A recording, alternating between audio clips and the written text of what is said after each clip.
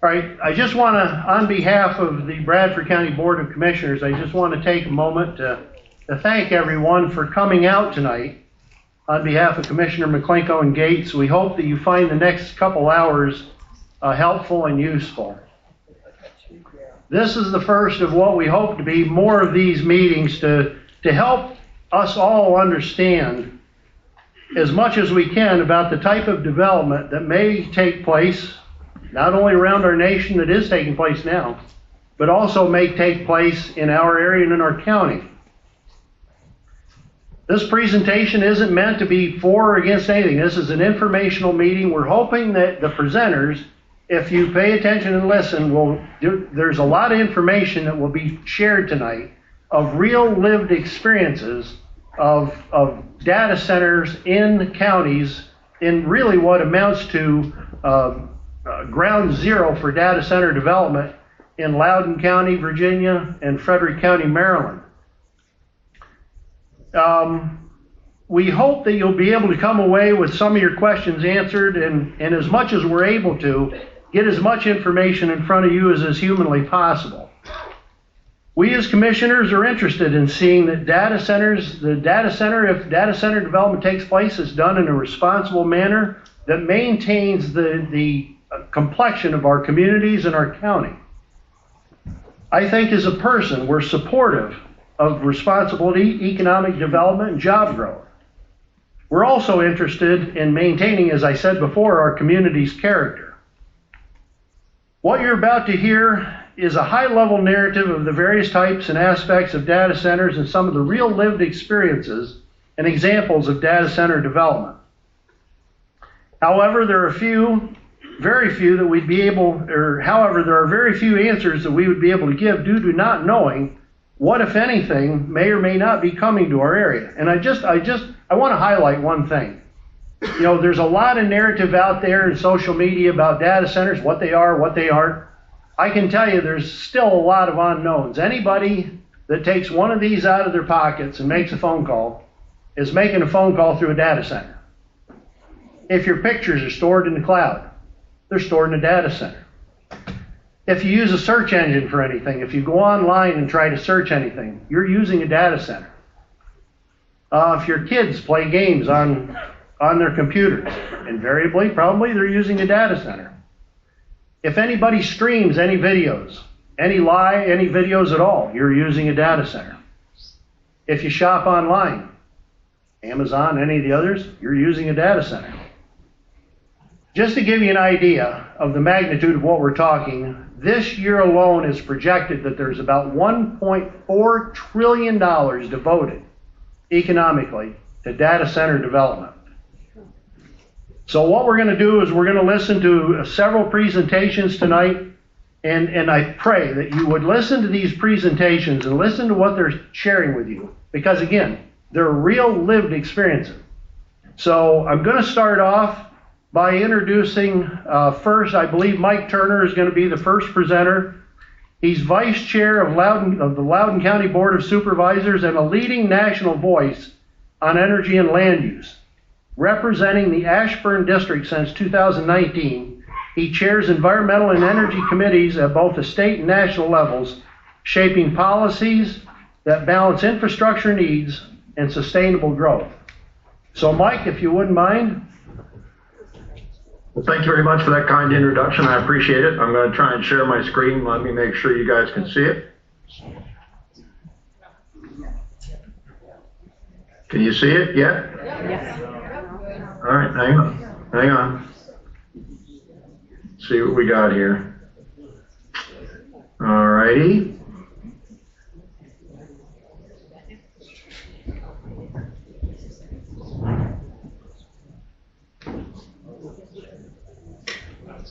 You got it? Okay, great. Let me take it up the slide presentation here.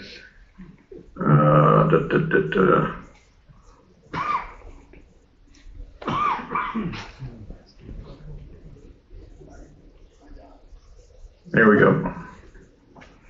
Still good? Okay, great. All right. As the kind introducer said, I'm Mike Turner. I'm the Vice Chair of the Loudoun County Board of Supervisors. in Virginia. And let me lay some groundwork here. I'm going to race through these slides. They're pretty dense, and I don't want to get down in the weeds, but just to set some framework for who we are.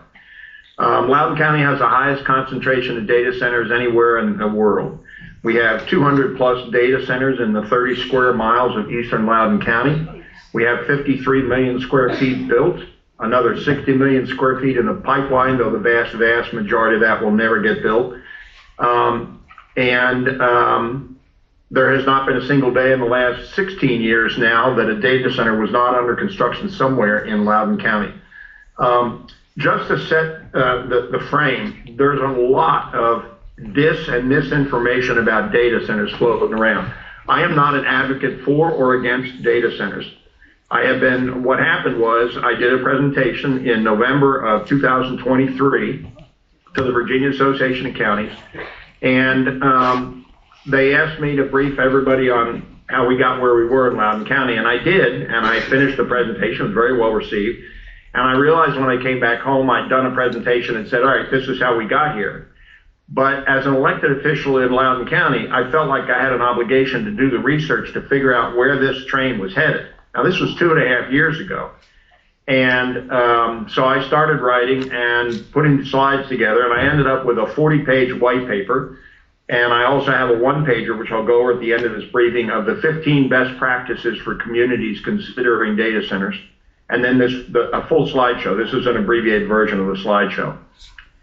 It is not intended, as I said, to advocate one way or the other. It is intended to have people deal in fact so they can make informed decisions. It's primarily focused on elected officials at the county level. I happen to be running for the National Association of Counties second vice president nationally. The election's in July. So if any of you are NACO members, I'd love to have your vote. I've done a lot of work with Pennsylvania. But this briefing is really intended for elected officials who are being overwhelmed in this tsunami of change that's going on right now in the data center industry. So with that, I'll walk you through the history, and then I'll take you to what is probably lying ahead in the future for a lot of us. All right, come on. Trying to advance here. Well, okay, that's great. It's not advancing my slides. Can you still see that slide? Okay. Let me see if I can do this one more time. Okay, now we're working. Okay. In 1993, we updated our 1970 zoo zoning ordinance, and there was no mention of data centers of any kind. Nobody even knew really what they were. In 2000, our zoning administrator made a determination that they think data centers are like office parks. So any piece of land that allowed office parks by right, meaning they did not need to come to the local board of supervisors for approval, could build a data center. That became a pivotal decision for the future, and it really set the trend for the future in the next 25 years. In 2003, that was the first time we updated our zoning ordinance, and that was the first time that we mentioned data centers in our zoning ordinance. In 2014, there was a zoning ordinance amendment, and for the first time, that zoning ordinance amendment established standards for data center site, setback, and sound. In 2022, now I was elected in 2019. In 2022, I was the chair of our Transportation and Land Use Committee, and what we had started to notice that was data centers were popping up in the middle of residential neighborhoods.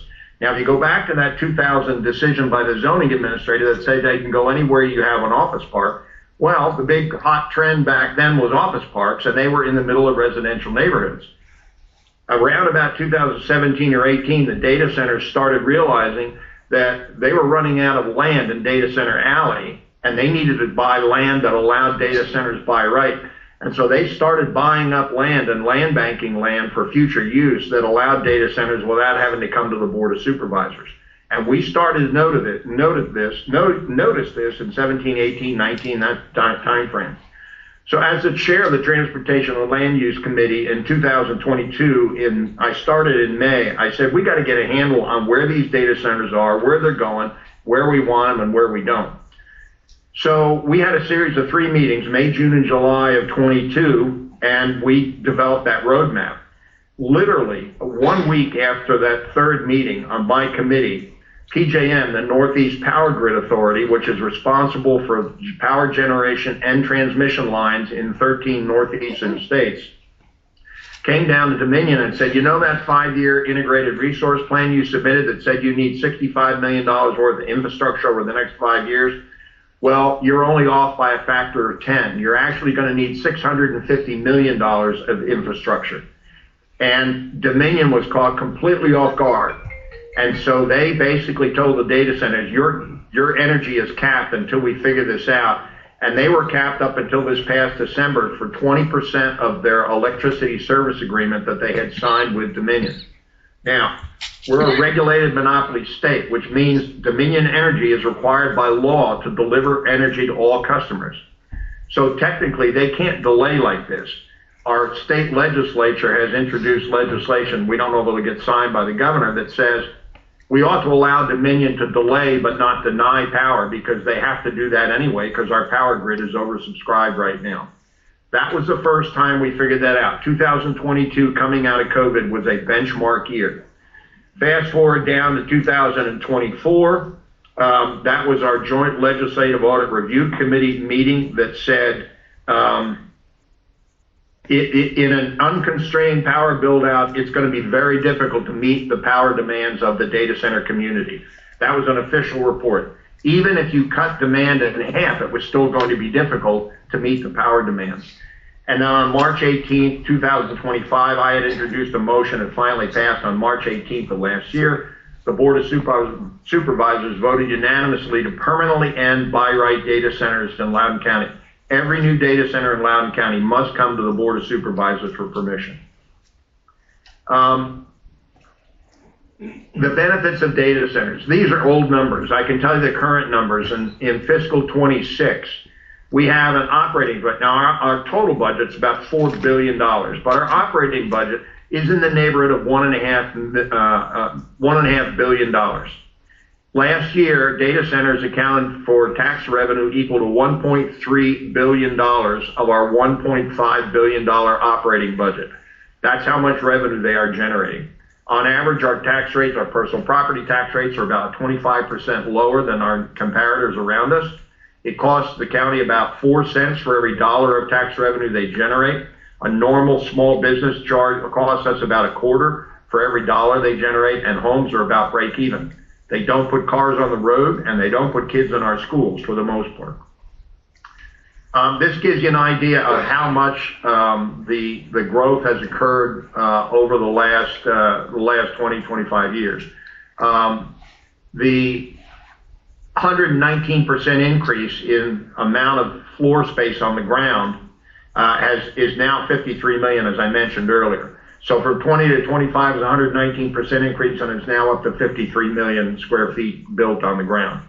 The power is an even bigger concern. And if you look at it, it's about 176% increase, or almost a threefold increase between 2019 and 2024. The updated number at the end of 2025 is our data centers are now using 5.33 gigawatts of power. So we have gone from 1 gigawatt in 2018 to 5.33 gigawatts in 2026, 8 years later. This is the original slide for my briefing 2.5 years ago. If you simply linearly extrapolate those last 5 years, we're going to need 11.43 gigawatts of power by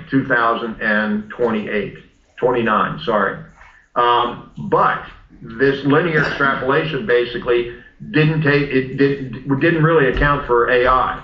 If you account for AI, we could need easily 30 gigawatts of power by 2029. That's the track we're on right now. I just looked it up today to reconfirm. And just very briefly, a data rack, I think there are 48 racks in a data cabinet in a data center. There's hundreds of these cabinets. A normal rack uses 10 to 14 kilowatts for power. We are now looking at, with AI, 100 plus kilowatts of power needed per rack, which would equal about 30 gigawatts by 2029. That's the kind of the exponential increase in power demand that's been going on. And that leads us to what I call the 4 red arrows slide. We now are experiencing an exponential increase in demand for data. That's leading to an exponential increase in demand for power to process that data. That's being offset somewhat by more efficiency, reconductored lines that can carry more electricity, but that's also being met, the third red arrow, by a very reduced urgency to meet our climate goals. Because of the first two arrows, plans to decommission fossil fuel plants are being delayed or just shelved outright. That's happening all over the PJM area. And you can see the fourth red arrow, which I'm sure everyone's experiencing, is a rapid increase in community resistance to more data centers and more power infrastructure. I'm just very briefly, the two yellow lines are the key here. Right now we have 9.3 gigawatts of power coming into Loudoun County, but it's not all getting out to Data Center Alley. In order to get it out to Data Center Alley, Dominion Energy and PJM are right now building 8 new overhead transmission lines. They have filled the existing rights-of-way. There's no more existing right-of-way to build these lines in. They've actually created a new right-of-way far in the northwest corner of Loudoun County, headed over to Montgomery County. The total planned build-out, once this build-out is complete, should be about 15.5 gigawatts. But again, only about 3 gigawatts of new power is going to get out to Data Center Alley because it's over on the east side of the county. So these are our realities right now. Our power grid is oversubscribed and is likely going to get worse.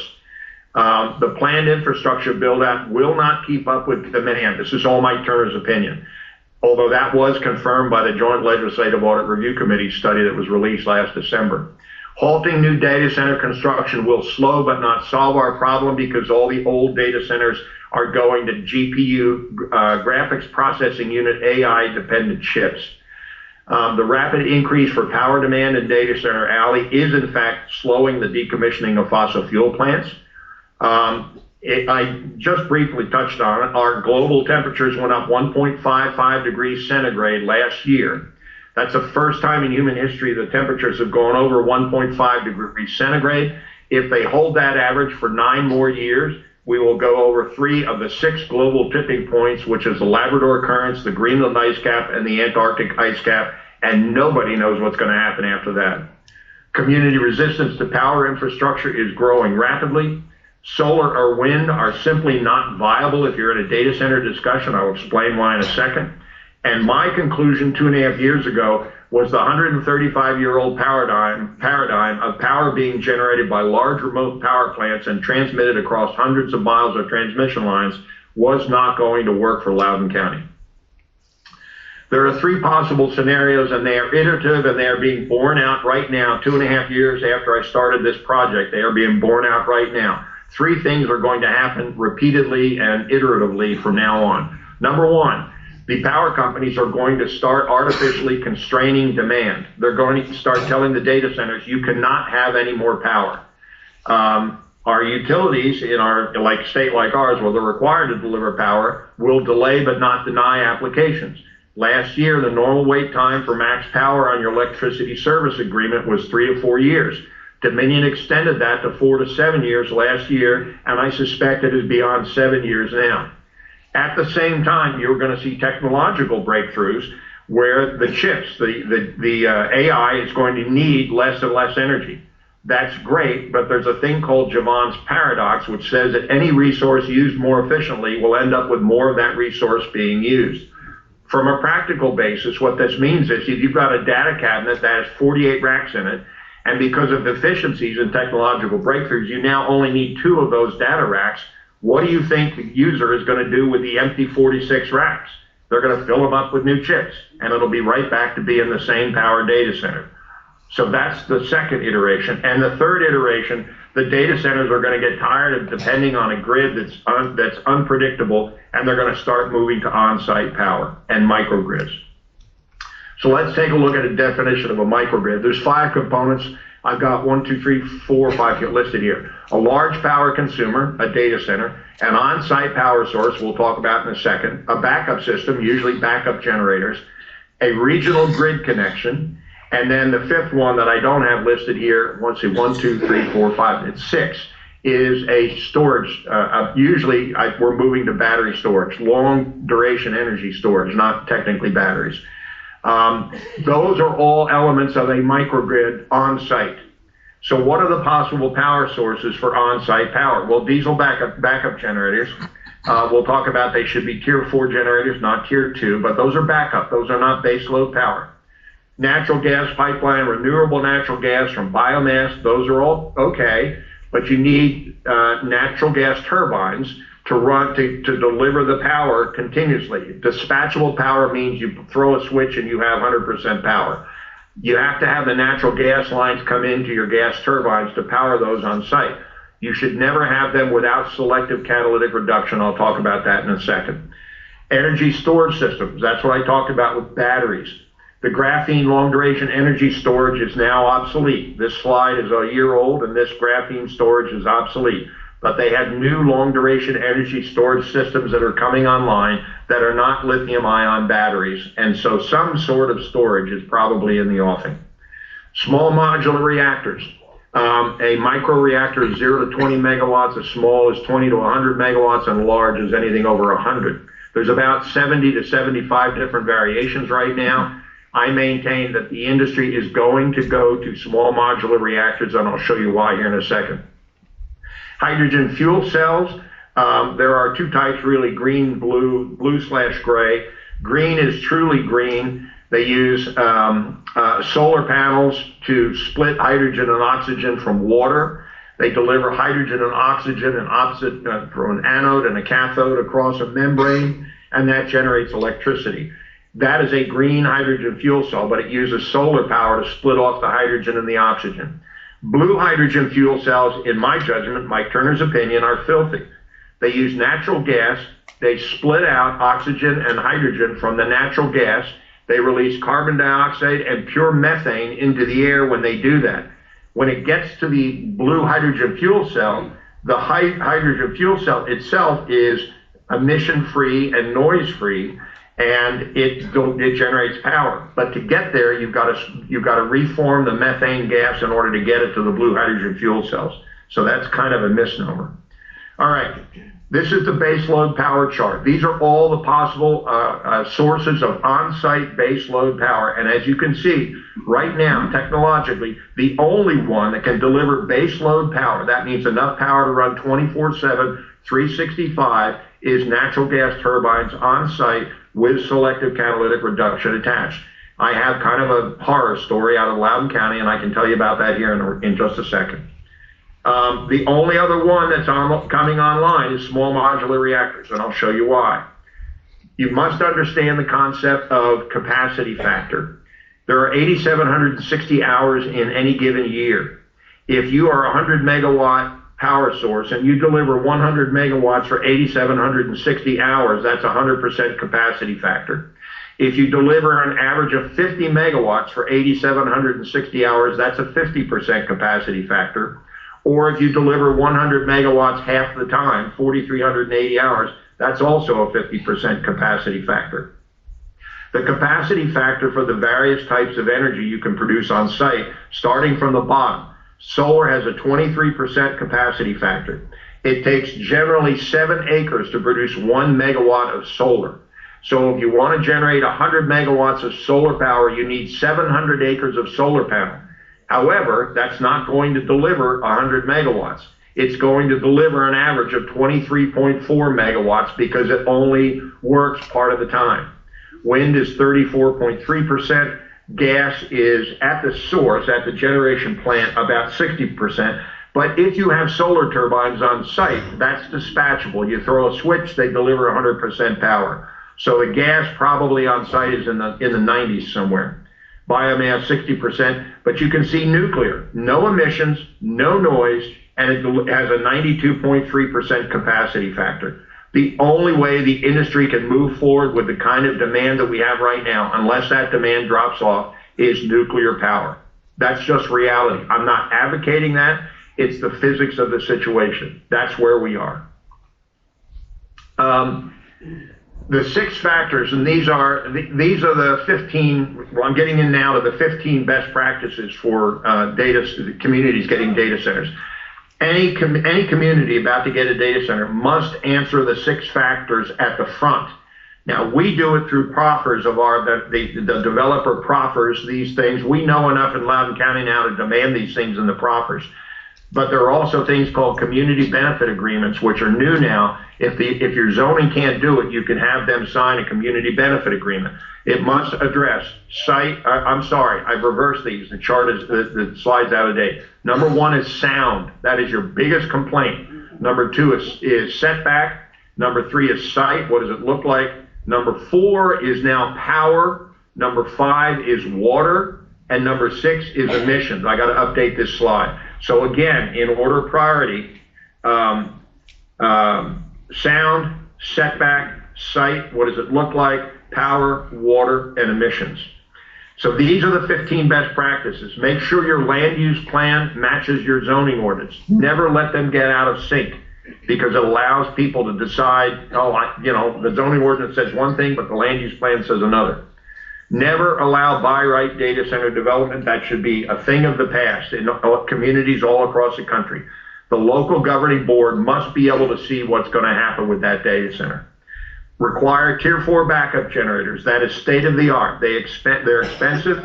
The supply backup right now, the supply chain is really backed up, but that is, tier 4 backup generators should be standard. All of our new data centers now, the few that we're getting that are applying, all include tier 4 backup generators. Insist on a max of 55 decibels at the sending property line, not the receiving property line. Even this can be debilitating. I'm thinking about lowering this to 50, and I'll tell you why in a second. Conduct a pre and post construction professional noise study and measure for both dBA, which is audible noise, and dBc, which is low frequency vibration. If natural gas turbines are used, make sure you have selective catalytic reduction. CO2 will still be released into the atmosphere, and particulate matter 2.5, PM 2.5, which is really filthy stuff, will get released into the atmosphere, but it's better than just straight diesel exhaust from backup generators.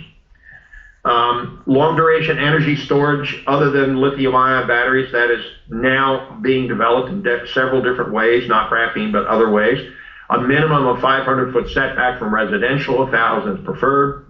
Consider waste heat recapture, where you have systems in the county buildings nearby the data center to capture the waste heat and use it to power the nearby county buildings. Require your site plans to accommodate future implementation of microgrids on site.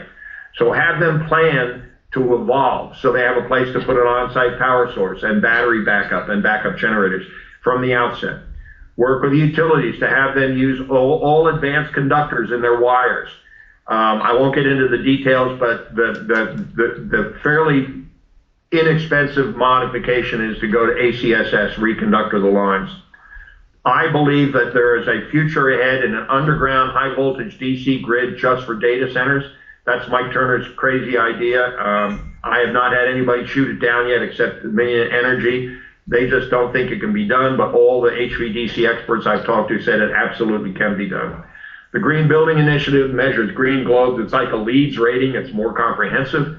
And you make sure that the utilities state in writing where they will get their power from and where the substations will be located. My white paper can be found with the QR code on the upper right.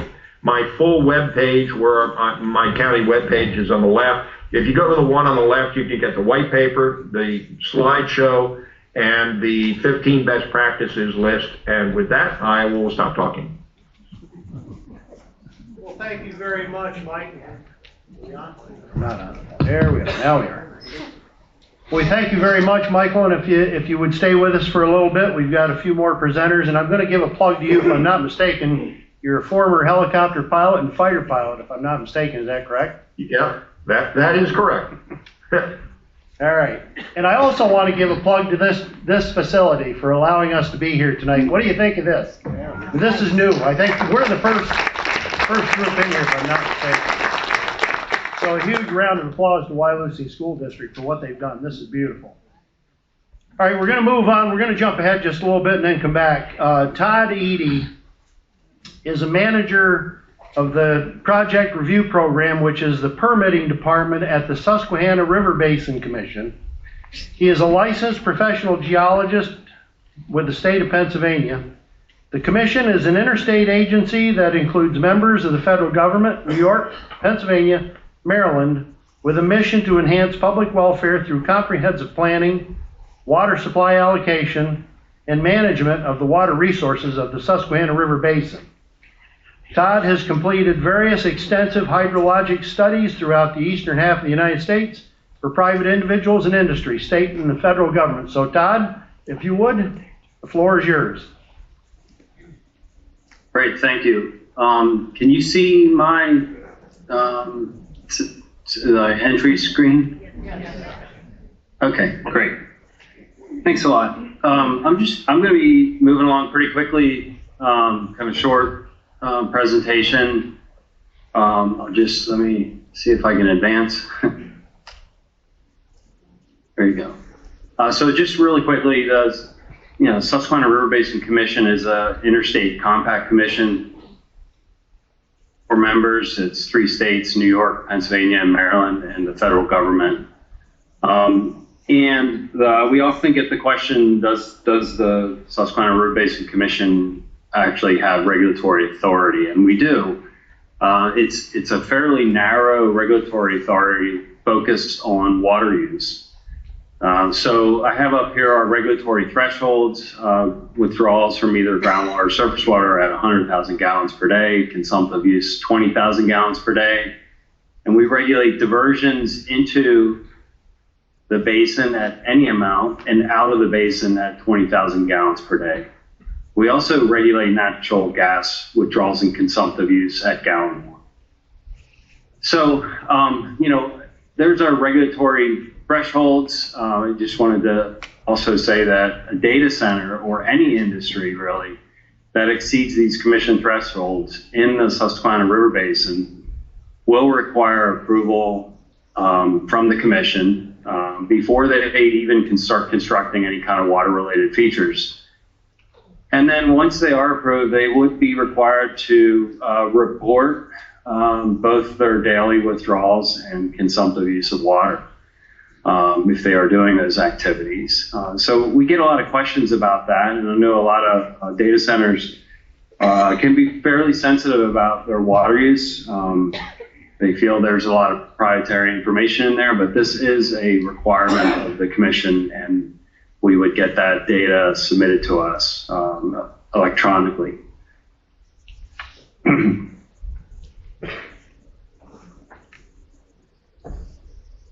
So, this is a fairly rapidly evolving industry. It's quickly come into our basin. A lot of activity, a lot of discussions going on, and some big changes that we're seeing that really have triggered the commission's involvement are on these larger.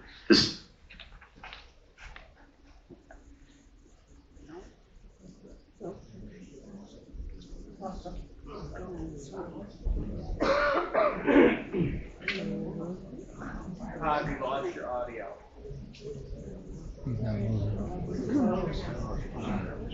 And like I said, we're really focused on water use. And so these high-speed computing capacity, it generates a lot of waste heat, and they need to cool those processors.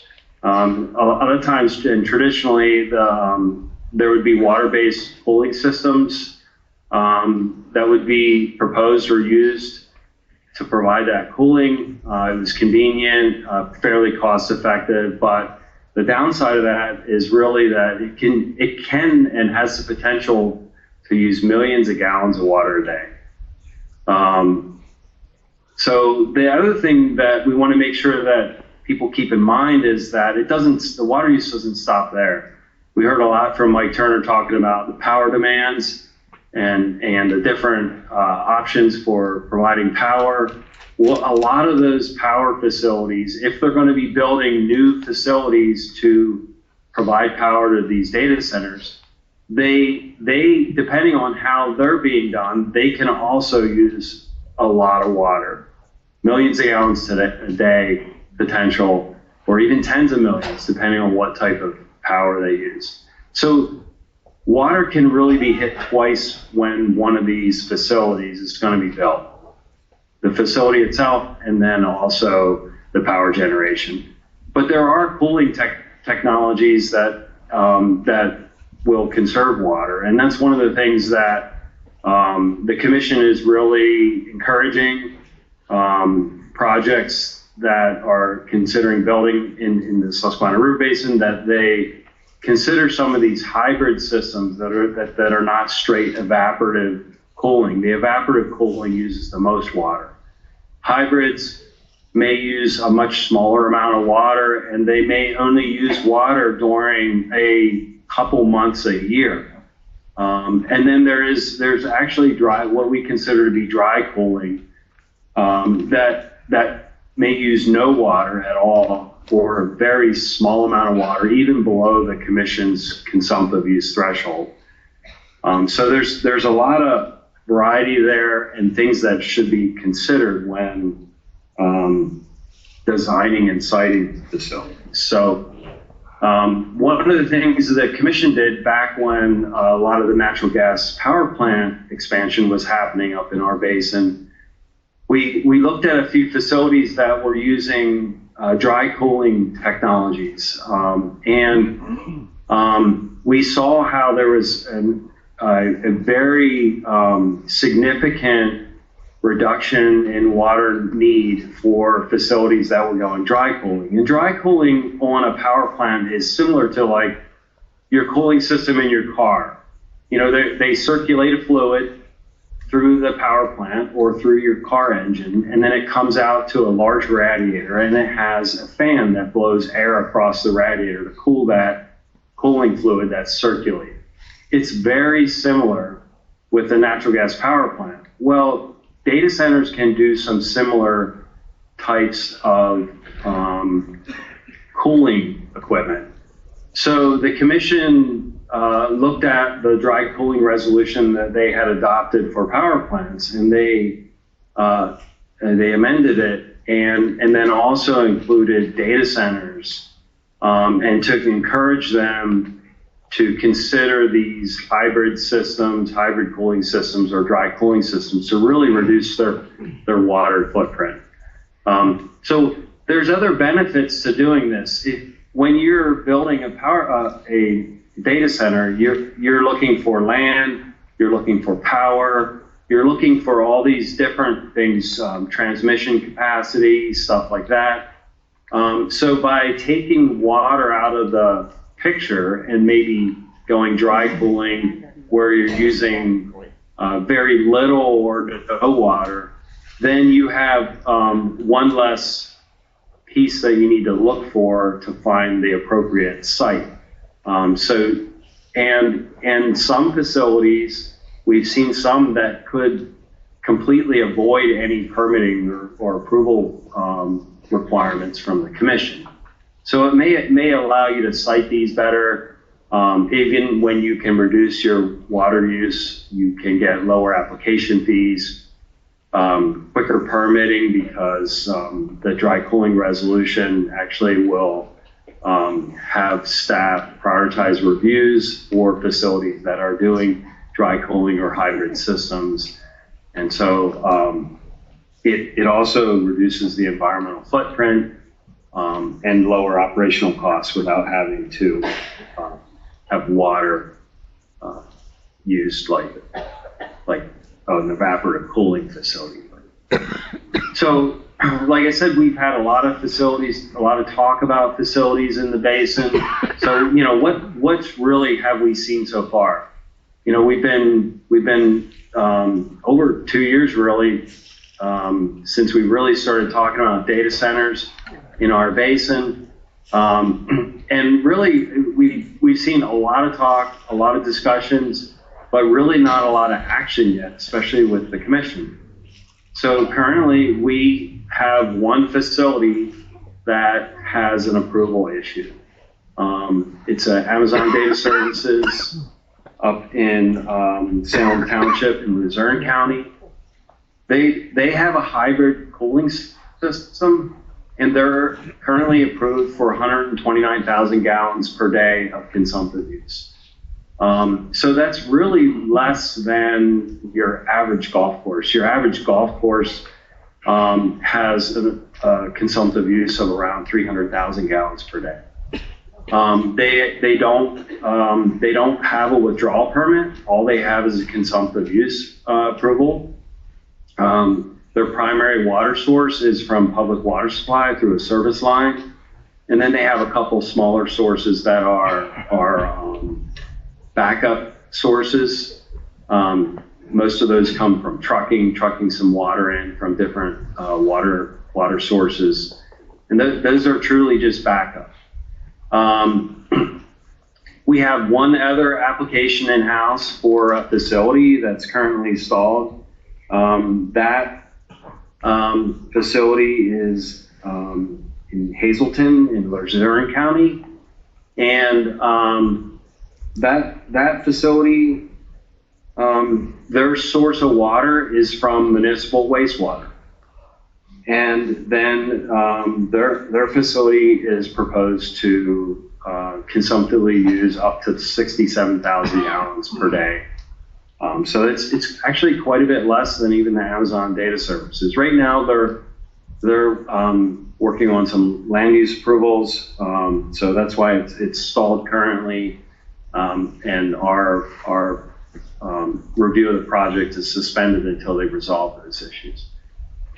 And then we did have applications in for 2 facilities down in Lancaster County.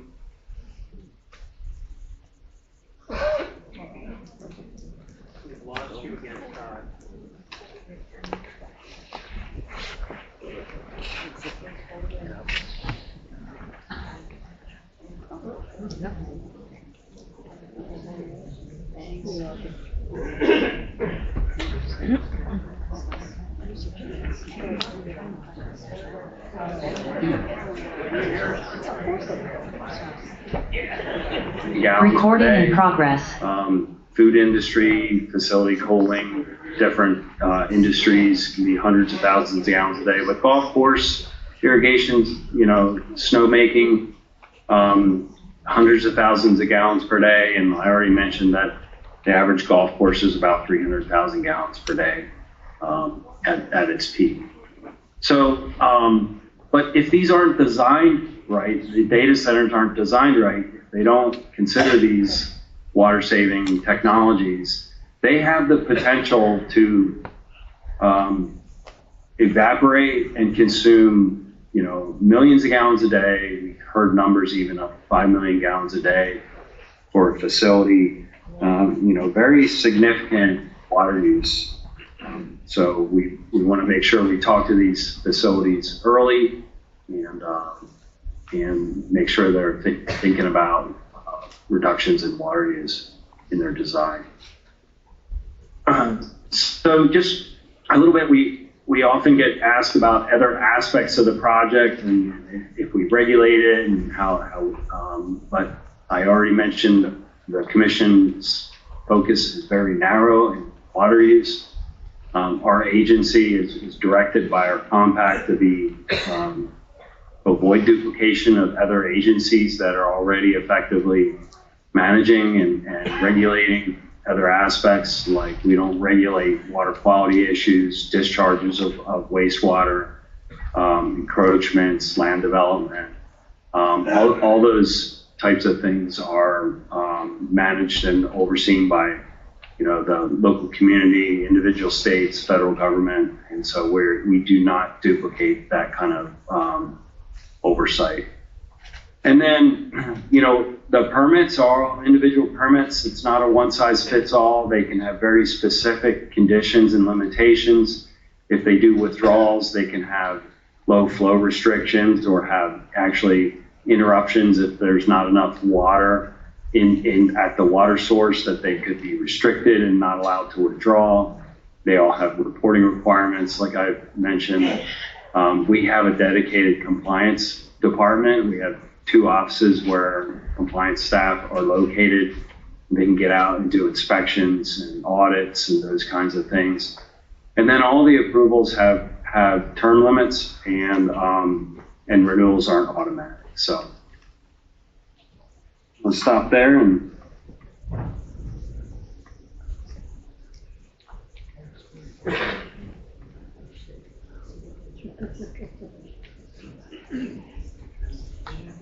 All right, thank you, Todd.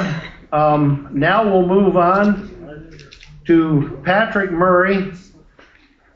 Patrick Murray has 2 decades of experience in government and public affairs. He currently serves as the Chief of Staff to Frederick County, Maryland Executive Jessica Fitzwater. He previously served as Chief of Staff to the President of the Maryland Senate, and he is an attorney. So anyway, I'm just going to share that they are neighboring counties. Frederick County, Maryland, and Loudoun County, Virginia are kind of neighboring counties. So Patrick, if you would, the floor is yours. Okay, can you see my screen? Yes. Always a big day when the technology works. Good evening, and thank you for the opportunity to be with you this evening. I just want to thank the county commissioners not only for the invitation to speak tonight, but also for convening the community around a series of conversations around this issue, because I think that kind of groundwork is going to serve Bradford County extremely well.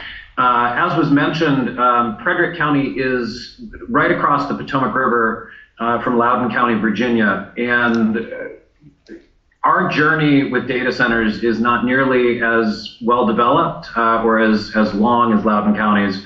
We've been dealing with the issue for about the past 5 years, and we have the benefit of being across the river, which allows us to watch our neighbors in Loudoun County as they have dealt with some of the issues that Supervisor Turner mentioned, and hopefully we have been able to address in some of our policy making.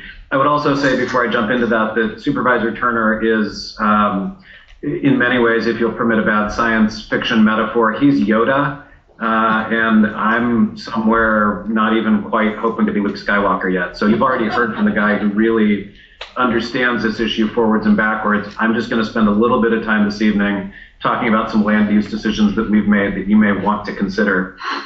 So, as I mentioned, our data center story starts in about June of 2021, when a developer purchased a site about 10 miles south of Frederick City, which is our county seat. The site in question was the old East Alcoa site, which was used for smelting aluminum.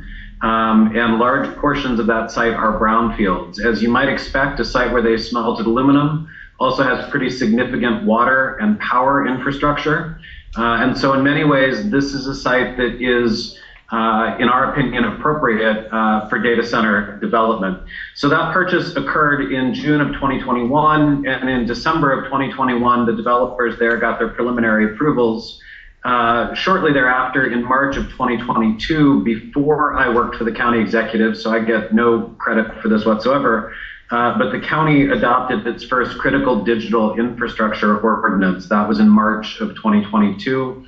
I'll come back to that and talk a little bit more about what our ordinance does.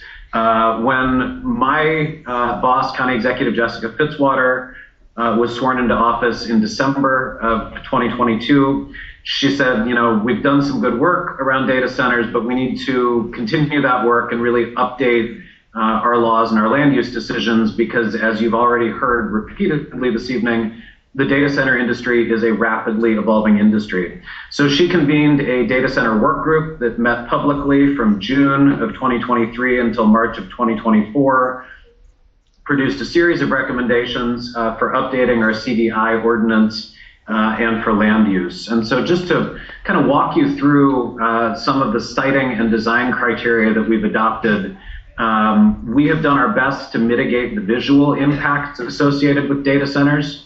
These things tend to be big, boxy buildings that, as Commissioner Turner mentioned, people don't necessarily want to live next to. And so we've required a view shed analysis as part of a site development plan application. We have done our best to regulate lighting so that there is not too much light pollution coming off of these facilities. We also required setbacks from residential. Commissioner Turner mentioned 500 is a minimum and 1,000 is a little bit better of a goal. And we've been working in the direction of 1,000 with our developers. We also included robust landscape buffering requirements, hoping that if we do berms and trees, when you drive past our data center campus, you're not necessarily going to realize that it's there. We also learned from our neighbors to the south that sound and vibration are major issues, and they are measurable issues. So we require sound and vibration studies with the site development plan applications, and we require biennial sound and vibration checks, with the obvious caveat that if somebody hears something and wants to complain about sound, we can always go out and react to a complaint and conduct an inspection. Commissioner Turner mentioned backup generation and the need to have EPA Tier 4 backup generators. We adopted a requirement here that we have Tier 4 emission performance standards. We also limited generator testing to business hours because we don't want people, for whatever reason, at 3 in the morning hearing a generator going off on a data center campus.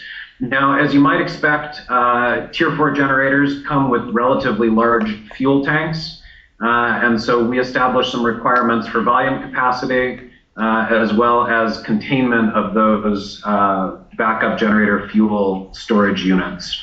So in addition to siting and design, one of the questions that you heard Commissioner Turner mention is, where do we put these things and where do we not put these things? And the good news for us was that we were never in a place where there was by right development in, essentially commercial or office park sort of space. The way that we adopted our original data center ordinance or digital infrastructure ordinance, we limited it to LI and GI zoning, which is industrial, which is an appropriate space for these. But that created about 5,000 acres worth of land countywide where data centers could be constructed. And we've learned from watching in Loudoun County that frequently these developers bank land and buy land that they might not be ready to use today, but they might be planning to use at some point in the future. And so we took an additional step and passed an overlay. And at the risk of oversimplifying an overlay, what that means is we drew a line on a map around the East Alcoa campus where this development is currently happening. And we said, if you are inside of that line and you have industrial zoning, you may build a data center if you go through the permit and approval process. If you are outside of that line, doesn't matter what your zoning is, we are not going to allow you to build a data center. So the value to us of that overlay is that it limits development to around about 0.6% of the county's total land mass. And it really prevents data centers from sprawling out across the county, which has been an issue, we think, a little bit in Northern Virginia. We also, in creating that overlay, said for any acre of ag land that we turn over to data center development, we are going to preserve ag land at a 5-to-1 ratio in terms of acres. So we did put a little bit into our statute that it's the intent of the county council that we are preserving land as the data center industry is using it. I'm going to close my presentation with just some general observations. Commissioner Turner talked about the benefits that Loudoun County receives. Tax revenue is definitely a big one for us. When you look at Frederick County's tax base, it's about 80% residential property tax, 20% business property tax. We know that the data center industry is going to help us increase our commercial tax base, which will hopefully put us in a position where, like our friends in Northern Virginia, perhaps we're in a position at some point a few years down the road to consider cutting the residential property tax rate. We have already seen, and this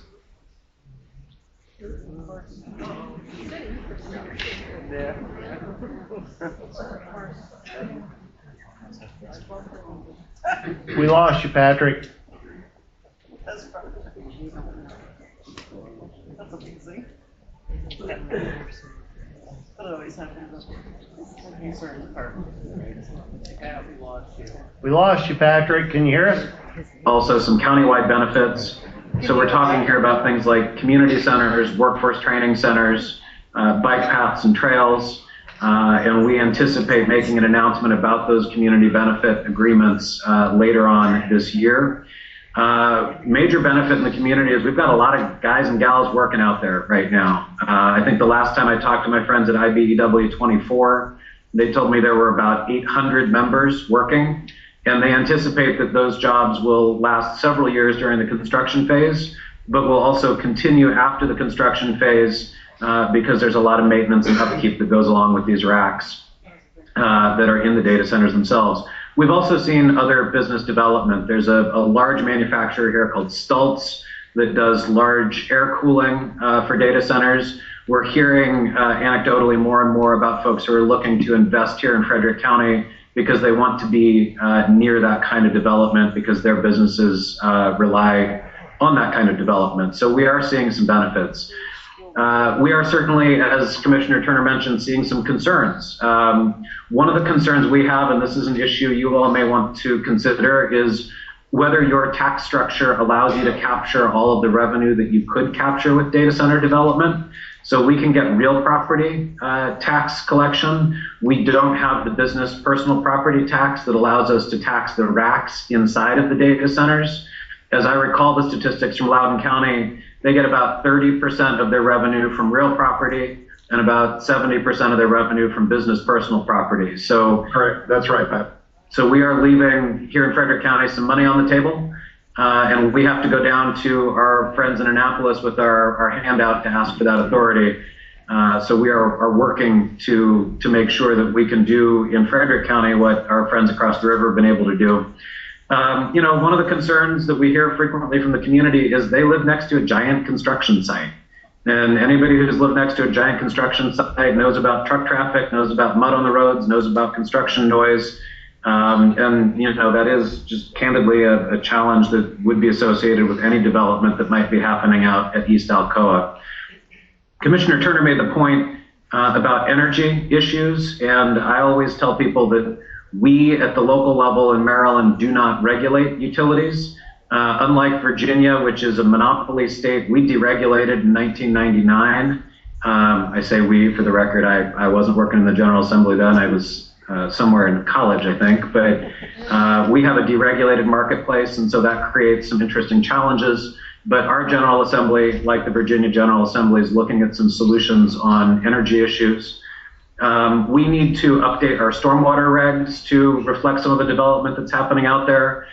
And then the last concern, is that there's just a lot of misinformation and disinformation around this industry. The irony is a lot of that misinformation and disinformation is spread on social media platforms that, all tie their existence back to a data center somewhere. But to put that in perspective, I had a resident tell me a couple of weeks ago when the war in the Middle East kicked up that by building data centers in Adamstown, we were creating targets should Iran want to strike Frederick County. Bear in mind that we are also home to Fort Detrick, where the United States military does a lot of science and R&D work. So I'm not sure that the data centers would even be the first target in our county in the event that our county was somehow the first target. But you get residents who are just concerned about what they don't know and they don't understand, and they develop theories that are just, they're a challenge. But we've done our best to meet misinformation and disinformation with facts. We've done our best to meet criticism with answers, and we are going to continue to do that. I'd offer you all a couple of resources. You can learn about our overlay at frederickcountymd.gov/data centers. I mentioned the data center work group. All of the documents that produced, as well as all of the meeting records, including videos, are available at frederickcountymd/DCWG. And I'm certainly happy to field emails and follow up with folks if they have questions. So thank you again to the commissioners for convening this important conversation this evening. Thanks for the opportunity to participate, and I yield the balance of my time. Thank you very much, Patrick, and hopefully if you're able to stay around, we'll be able to entertain just a few questions at the end of this. So next, I'd like to introduce, and I apologize if I misenunciate your last name, but Tom Beresnyak, a senior educator with Penn State Extension Energy Team. In his role, Tom focuses on science-based education outreach to community members, organizations, and government officials. He works primarily with farmers, landowners, local government officials, and communities regarding utility-scale solar, natural gas, nuclear, biogas, geothermal, battery storage, and other energy-related projects. Tom's energy experience includes working with electric distribution cooperatives, wind energy policy, and several statewide energy associations. So, Tom, the floor is yours. Appreciate the intro. I got to give you the shorter one next time. Sorry about that. I want to thank the commissioners for giving us some time to talk tonight. Appreciate their continued support of Extension as well. So I'm just going to give a really condensed version of a presentation we've been giving around the Commonwealth. And it's really centered on, data centers in PA. Why are they here? Why now? As a little bit of a teaser, I'm going to set my timer here because I can really talk on this. We are going to do part 2 of this on the 31st. So if you Google Why Here, Why Now, Penn State Extension, you can register for part 2. It's about an hour. And my colleague, Jim Ladley, works on this. He's fantastic. But I'll run you through this. We like to set a foundation. We talk to a lot of groups that really are a little bit confused on exactly what artificial intelligence really even is or what's going on here. So in a nutshell, essentially, it's a field of computer science, artificial intelligence, that's really trying to get machines to perform tasks that are human-like in reasoning or problem solving. And so you'll hear a lot about artificial intelligence, and then within that, you'll hear a lot about machine learning. So I think the big thing to remember, in a traditional computer, you have a set of rules, and then you get an outcome. You have a spreadsheet, you have a rule, in and out, the data comes in and out. What these artificial intelligence and machine learning engines are doing is they're taking tons of examples. They're getting tons of data, and they're recognizing patterns. If you remember anything about artificial intelligence, it's pattern recognition. And the better it gets at pattern recognition, the better the outcome on this is. So that's really the gist of it all. So when you hear the term, that's a real simple understanding of it that we're trying to get to. There are 3 levels of this. I think there's a little bit of confusion around this currently. The reality right now is they call this narrow artificial intelligence. So if you use your phone, if you have an Apple product, it's Siri. If you've used ChatGPT, if you've ever seen a self-driving car, maybe in a city with a Waymo, or you have a Tesla with that, that's all narrow artificial intelligence. And so these are tools that really can, in some ways, outperform humans in speed, but they really lack broad reasoning. So the next level that they're trying to get to is what they call general AI. It's still somewhat theoretical. You hear some entities saying they're close to this, but that's when they can really apply knowledge across a number of intellectual tasks that would be close to the way a human mind works. But again, it's still theoretical. And to get to general AI, some of the power demands I've heard are, if you think they need power now, to take the next step, they're going to need a lot more power. And super AI is really, if you remember the Terminator movie, that's kind of Terminator level, where it exceeds human intelligence type thing. That is still incredibly theoretical. But I think in some ways people get a little confused and think we're already at the super AI. We're really down at the narrow end currently, and it'll probably be some time if we ever get to general. I wanted to touch on this real quick. The founder of NVIDIA, Jensen Huang, I thought this was a fantastic analogy he came up with, that AI is like a 5-layer cake. And at the top of that cake are the applications and the things that we interact with, which might be ChatGPT or some other things, but that's the top layer. And then below that, you have to have these models. You hear large language models, or what I was showing on the other slide, that's so it understands the physical world. And then we have all this infrastructure that we just talked about building, all the data centers and the things we would need to collect this. And the chips are an extraordinarily important part of that cake, but you can't bake the cake, and the foundation of all of this, I can tell you, is energy. And energy is probably the biggest constraint they have. I know that NVIDIA talks about this quite a bit. The big constraint is going to be energy, and so increasing efficiency from the energy they can get is going to be important for the industry going forward. I'll just go through this real quick. I think we've touched on this a lot. This was just some basics of what you would see inside and outside a data center. If you've never seen one, it's going to look like a big warehouse, but you'll see chillers and HVAC units either along the side or on the roof. Of course, either they're generating power on site or they're bringing some pretty large loads in. So you'd see substations, things like that in that vicinity. And then inside, it's basically row upon row of racks of server equipment. But that's just a quick schematic here. I think the other speakers kind of touched on this.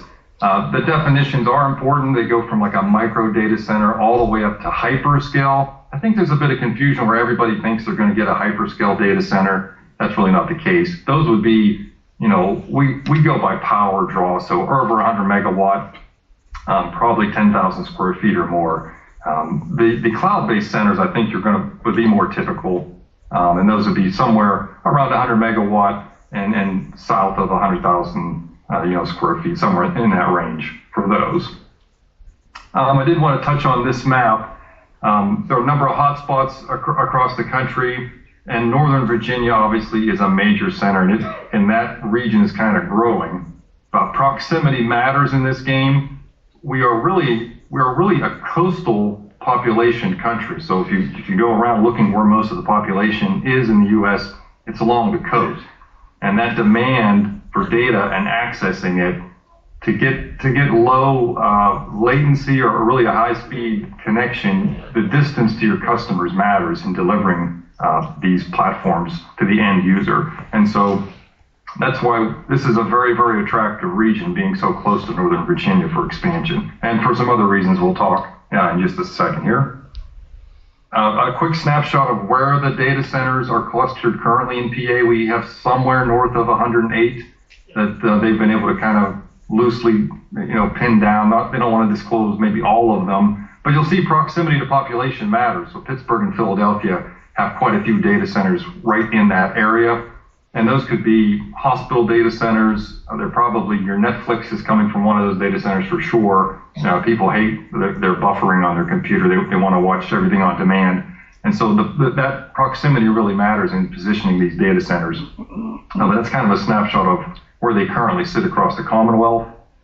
I did want to touch on this a bit. If you're looking to compare across data centers, these are kind of the three big terms you hear for evaluating them as a whole.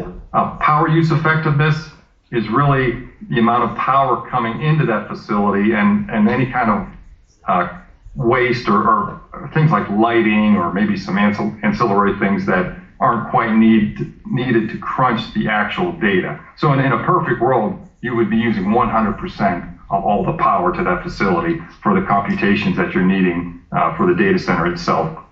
So that power use effectiveness is something that you'll see to compare the data centers. Carbon use effectiveness is really measuring what sort of power source they're using for the facility. Nuclear would get a very high score here, like closer to zero, because it's a carbon-free resource. The previous speaker, Supervisor Turner, touched on why the renewables being intermittent really aren't a fantastic fit right now, but of course they would be the lowest carbon. And then I think water use effectiveness is the big term you hear a lot about. So they're looking at the total amount of water in the facility divided by the power. And in a dream world, you would not be needing additional water. It would be a closed loop system. My understanding is this term does not take into account non-potable water. So a lot of municipalities have non-potable water that they normally can't have a market for. But these data centers will take that. And I know that's been a significant uptick in some regions of the country. They're taking non-potable water to use in these systems, and that's not calculated into their water use, actually. So that's an interesting trend. But these are the three big kind of holistic evaluation terms you're going to hear among data centers. So if you're kind of looking to compare, these would be the big three. Oops. We're going to touch on some of the power requirements, because this is what my team really works on a lot, is energy. The Pennsylvania.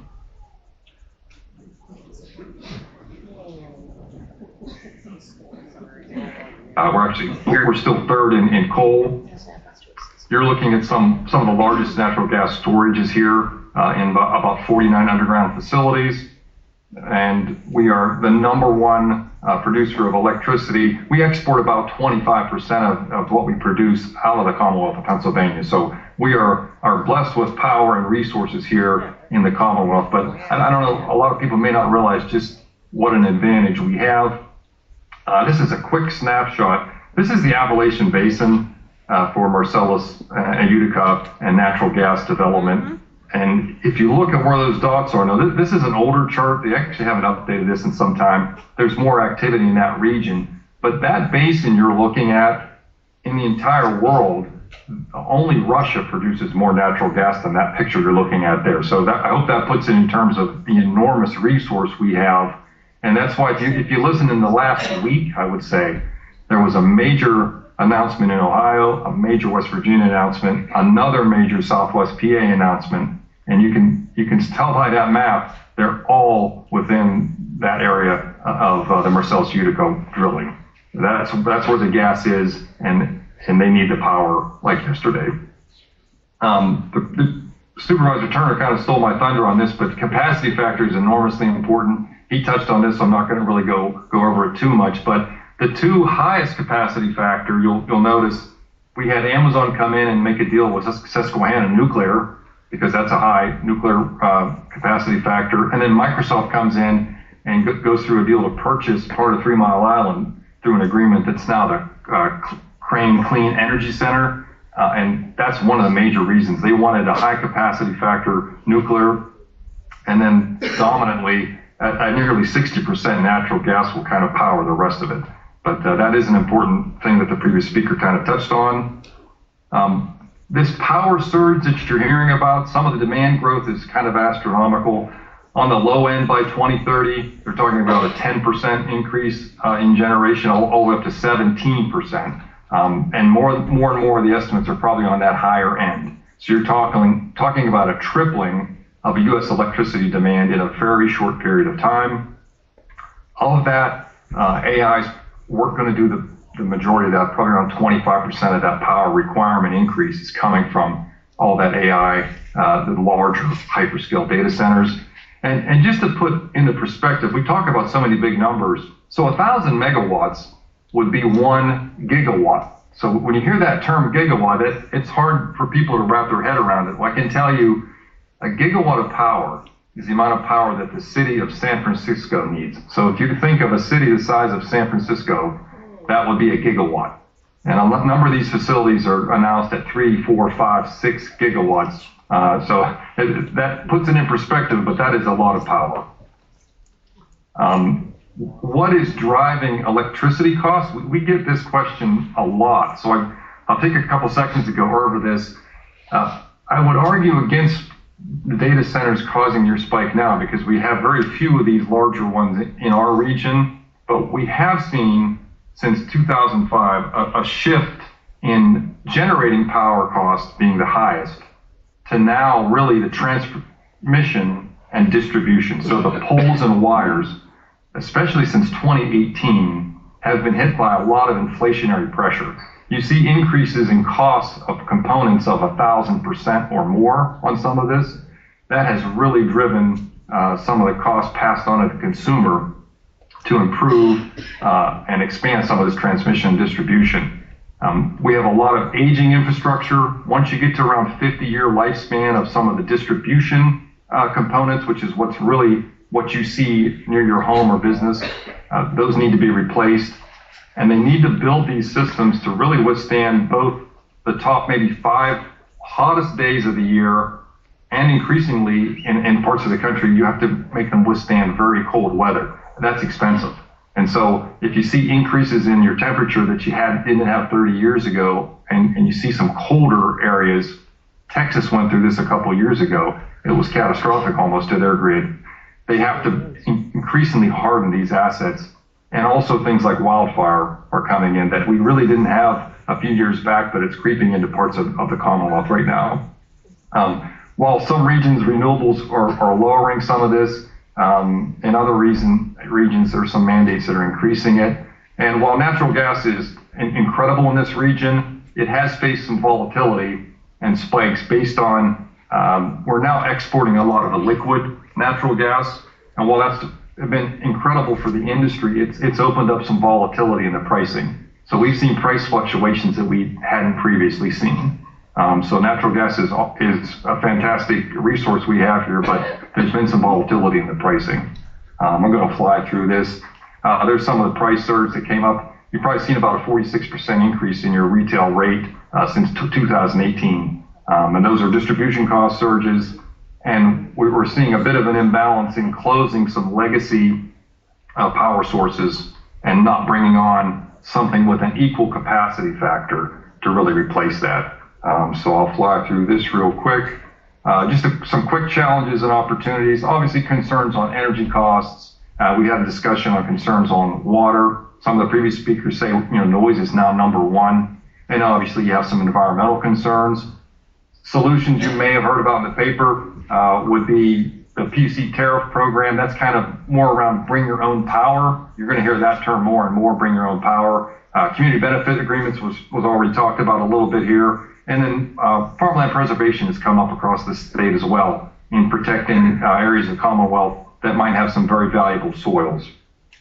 But some of the competitive advantages for Pennsylvania, again, proximity to Northern Virginia, low latency is a key there.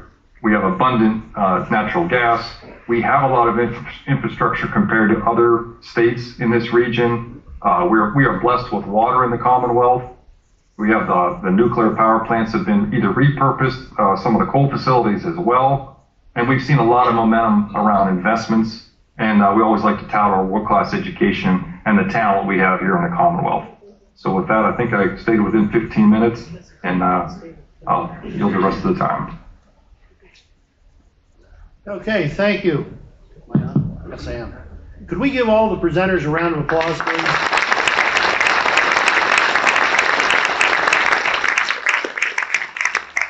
We've got a few minutes left. All these people are online here.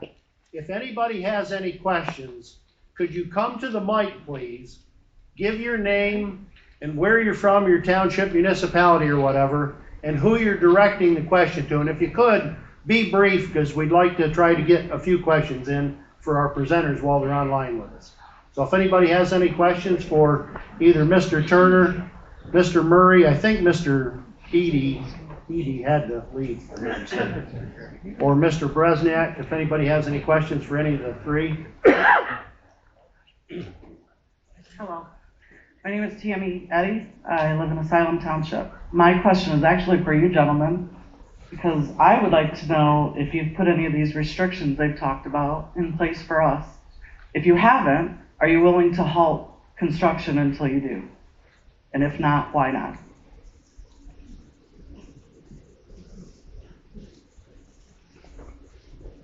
Thank you. Ms. Eddy, thank you for coming. So let me answer the first question. There is currently pending before the Bradford County Planning Commission a proposal relative to an amendment to our county subdivision and land development ordinance. And that would set in specific guardrails for any development, or essentially parameters for if somebody submitted a plan for review of land development relative to data centers. So the answer is, it is in the process. That is presently before the Bradford County Planning Commission. Should the Bradford County Planning Commission adopt whatever that is or make a recommendation to us, it would come up to the Board of Commissioners, and then we would take action on it. Go ahead. Correct. And so right now, it was last Tuesday that the Bradford County Planning Commission put those out. You can actually find it on our Landing County website. It's about a 7-page document. And the next Planning Commission, I don't know where Dwayne is, April 21st, okay, is the earliest at which that would then come up for further discussion. And then eventually, if it came up to us, what would happen is, as commissioners, we would have to put it on the agenda to put it out for advertisement. We couldn't just adopt it right then. We would have to put it out for advertisement. That would start a 30-day window. And then at that point, then that would be the earliest at which we could then take it up. Does that answer your question? Somewhat. Somebody's behind me, so I'm gonna ask another one. Are you offering any incentives to these data centers to build here? None. So they're gonna pay their fair share of taxes and electric and all that. Right, so I want to be very clear. The number of tools that we as commissioners have available to us, not our decision, this is just a function of how the county code is in Pennsylvania, is limited. But the best one is the subdivision and land development ordinance, and that's what I just referenced. I will say that planning, though, we have 51 municipalities in Bradford County, 47 of them are governed or administered through the Bradford County Planning Commission, 4 are not. We talked, you heard about zoning. Zoning exists in 18 municipalities of the 51 municipalities in Bradford County. The others do not have zoning. And just one last comment. To compare Bradford County to Fredericksburg or Loudoun is not a fair comparison. We are very rural compared to them before they ever had data centers. So. We thank you. This is just, we're trying to get as much information. I got you. Those gentlemen were very good. Hi, Marcia Gallivan. I just wanted to, I was unclear as to the answer to Tammy's question. She had said, have you put any of the setbacks in place that they were referring to? And I reviewed the proposed changes in here. Some of the recommendations that they had made were to preserve agriculture, a 5-to-1 ratio. They drew lines that allowed the data centers to be in less than 1% of their county. None of that is in there. So again, would you consider putting some of those in that proposed change?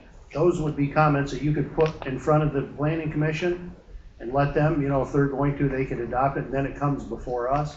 And then we could review any changes and you could approach, the commissioners, obviously, for any of those. Okay, and who would we approach for that? The planning commission would be the first. The planning commission, okay. And so if you want to submit them, you can submit them to Dwayne Noggle, our Bradford County planner. He's back there, but his information is available on our website. Walter Woods, Canton Township. Mr. Turner, the questions are for you.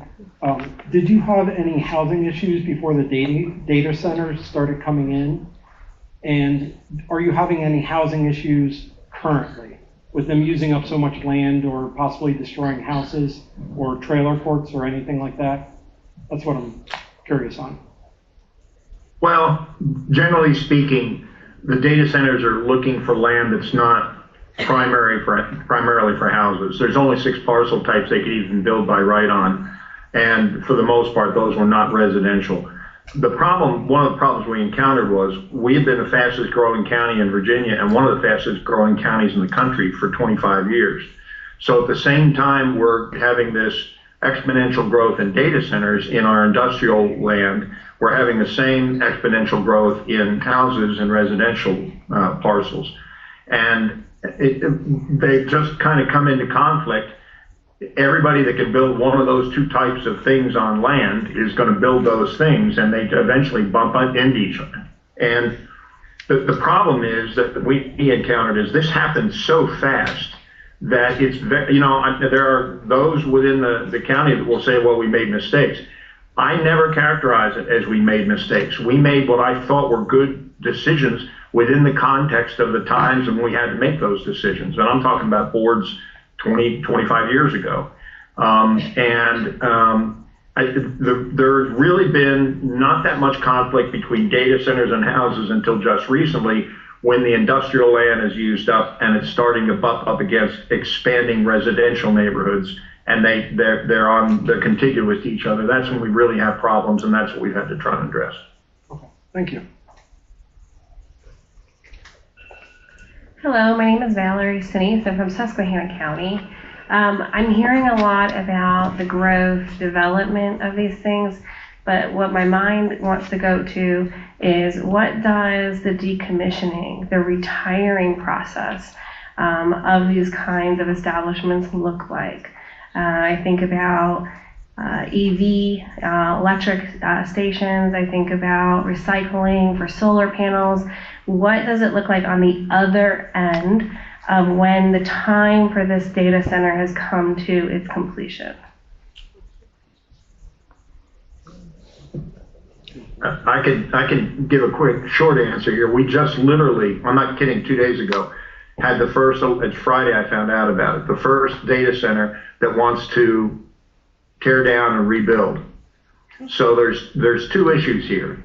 Technologically, are we near a point where data centers become obsolete? Everybody I've talked to in the industry that has any knowledge of this says, no, we're not near that. That's not anywhere on the horizon.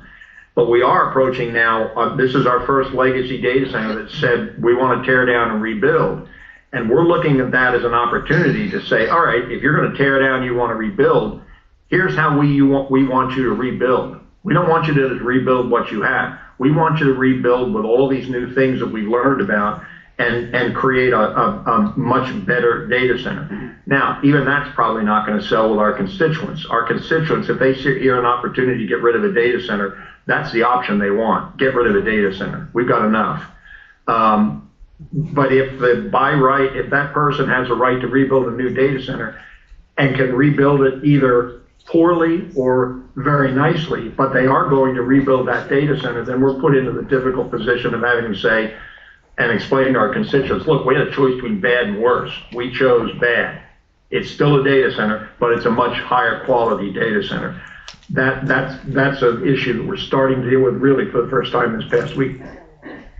Do I have time for a follow-up question? Okay. As a follow-up question, while you're dealing with this, I know you said it's just like very recent.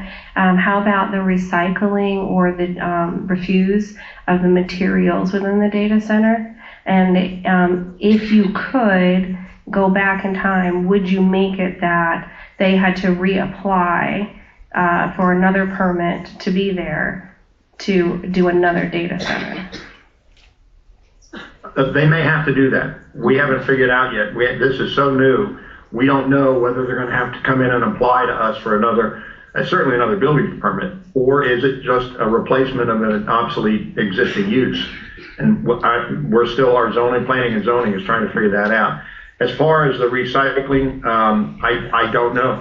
Honestly, I wish I had a better answer for you. I don't know how they're going to handle a tear down and rebuild of that and what they're going to do with those materials. I really don't. Thank you. I can tell you that anecdotally, we've heard from businesses that are interested in exploring recycling opportunities with the data center developers. That's not a space where we have regulated yet, but we've made some introductions between folks who are looking to get into that space and the developers here. So I mentioned that one of the benefits we're seeing is spin-off business activity. It would not surprise me to see a growing recycling sector coming into play in the next couple of years. There's, one of the great things about this country is if there's a way to make money and folks can figure it out, they will figure it out. And I suspect that there's probably revenue in recycling. Thank you. Okay. Hi, my name is Kevin Barnes from Wyalusing Township. This coming Wednesday, we have a meeting to review an ordinance for Wyalusing Township. I'm wondering if the commissioners are going to, or the planning commission is going to have a public meeting to review the amendment to the SELDA. Yes, every month. If you read that proposed amendment online, the third Tuesday of every month is our meeting at the Public Safety Center. You're more than welcome to come and express your concerns for it. So just so everybody can hear, the third Tuesday of every month is the meeting of the Bradford County Planning Commission. And so those are public meetings and those are opportunities, certainly the next one on April 21st, but at others to express your positions or thoughts on that. So yes, the answer is yes, as well as to the extent that the Bradford County Planning Commission elevates something up to the Bradford County Commissioners, you will have an opportunity to also speak at that as well. Thank you. One quick follow-up comment to Tom B. I won't try to butcher your name. Tom, you mentioned that we are here blessed with water. The challenge I see is during some of the summer months in Susquehanna, you can walk across almost without getting your shoes wet. So just as a comment. Thank you. All right, we're going to give it about 10 more minutes because we promised these people they would get off quick. So if we could make it brief, please. Okay, Carolyn Knapp, Susquehanna Township. I have a follow-up for Mike about all of the stuff that's left behind. Is there a thought to having the industry have insurance to cover any damages left behind, to reclaim it, so that you have some sort of bond or something that you get from them, so that if damages are left, you do have money and the taxpayers don't have to pay for it? I think it's a great idea. I don't know, I've never heard of that talked about here in Loudoun County, that's in place. Presumably that would come in Loudoun County would come in the form of a proffer on the front end when they build, and I don't ever remember hearing the proffer to that effect. That said, the data center industry has more money than God, and they really, believe it or not, don't like, battles with the local community. So I would be surprised if the data centers didn't initiate some sort of a method whereby they would pay for the needed recycling and removal of the detritus after it's torn down. Yeah, that might be said, but when it happens, quite often they go bankrupt, move, and then you have to follow them. So it's not so true. easy. We've seen it. So I have one more question. Auburn became so saturated. What would you warn our rural counties like Bradford not to underestimate when this is coming upon us? What sort of advice would you give us? Is that for me? I'm sorry, say again. Yes. In your county, Loudoun County, what sort of advice, learning from your experience, looking back on it, would you suggest for us to do? Don't allow by right data centers. That was not a mistake because it just evolved, but that was the thing that ultimately 15 years later really got to us because data centers started popping up everywhere and we had no visibility over them. And the other thing is we are now recrafting our zoning ordinance. So we are embedding a lot of those 15 best practices I talk about in our zoning ordinance. And with this redevelopment project, as I mentioned, we see an opportunity possibly to rebuild, if they can rebuild without us saying no, and they're going to rebuild anyway, to rebuild better than they did. But that was probably the single biggest, I think the board would agree, is don't allow by right data centers. You've got to have, in this community right now, you got to have permission from the local body in order to build a data center. That's what it ought to be. Okay, and just I'm going to add one thing to what Supervisor Turner said, and that is understand who your developers are. There are a lot of really smart tech people who don't understand construction. And at the end of the day, building a data center is a construction project first. So, in our experience, we had folks show up and say, we're really smart tech guys, we've got a really good vision. And when the rubber met the road, they didn't know what they were doing. And, that set the industry back, that set community trust back. So I would encourage you to understand who the folks are who want to build in your community. And I would discourage you from signing non-disclosure agreements. The more transparency you've got around these things, the better. Absolutely. Thank you. I just want one quick follow-up to that. I would urge the commissioners to listen to all of this and include all of this in this proposal, because I heard some of it wasn't included. Hello. Hi, my name is Jessica Pepper, and I live in Canton Borough. I have 3 questions. Hopefully they'll be really quick. If we allow this AI data center in here, and you mentioned 18 municipalities that are open to other data centers, did I hear that right? The number 18 is the number of municipalities in the county that currently have comprehensive zoning within their municipalities. So if we have this one, how many more are you going to bring in? How many? I'm sorry. More data centers will end up in Bradford County, or is this the only one? I'm not trying to fight the question. I'm just trying to understand. Is this the only data center that's going to be built in Bradford County? We don't know, Okay. when you say this data center, we don't know which data center would even be built. There's no application that's been submitted yet for it. Okay, but we are talking about it. So I was just curious, if one gets built here, will that open it up to having more built throughout the county? It's possible, yes. Okay. Okay. The other question I have is, once the construction, I know you talked about, I think, Pat Murray, you talked about jobs with construction. After the construction, what is the percentage of jobs to run the data center, and are those jobs outsourced, or are those positions held by residents? Supervisor Turner might be in a better position to answer the question because there are more data centers up and running. We are in a much more nascent stage, but what we've heard from our, particularly the IBEW guys, is that the racks that exist inside the data centers, so kind of like the guts of your home computer, if you will, need to be repaired and replaced frequently. Okay. And I think if the head of Local 24 were sitting next to me, other than the fact that he'd be in my kitchen and that'd be weird, he would tell you that he has guys driving down to Loudoun County, Virginia to do that work because there are not enough electricians in Loudoun County to handle the work. So one of the things that we are working on, and I know Loudoun County and other jurisdictions are working on, is some workforce development solutions to bring people into the pipeline for those ongoing jobs. To your question about outsourcing, we know that the data centers themselves employ people directly, but my understanding from talking with Local 24 is a lot of the replacement and repair work is outsourced to contractors who then hire labor that, as near as I can tell, they'll take folks from where they can get them at this point because there's no jurisdiction that has enough electricians to meet the need.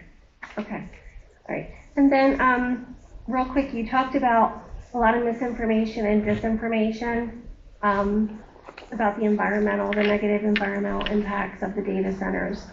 What data do you have in full transparency has come from having the data centers, like noise pollution, air pollution, light pollution, water pollution?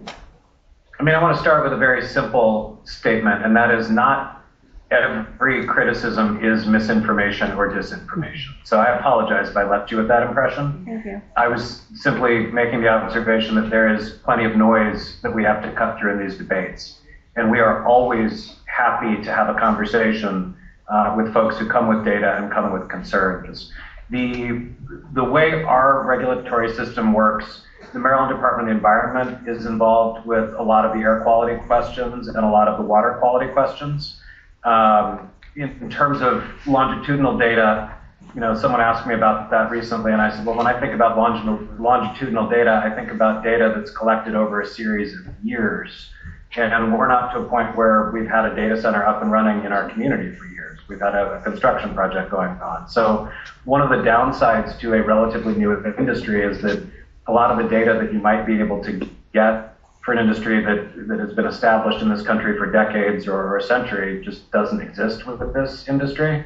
But I know, for example, a researcher at Johns Hopkins reached out to us a couple of weeks ago and said, can you provide me with publicly available information because my students are working on this question? So I think you're going to see more data coming online. Certainly we measure air quality, we measure water quality, we make that information publicly available. But the bigger question about larger impact over a period of years, we don't have a good answer to that question yet because we haven't had a data center operating here over a number of years yet.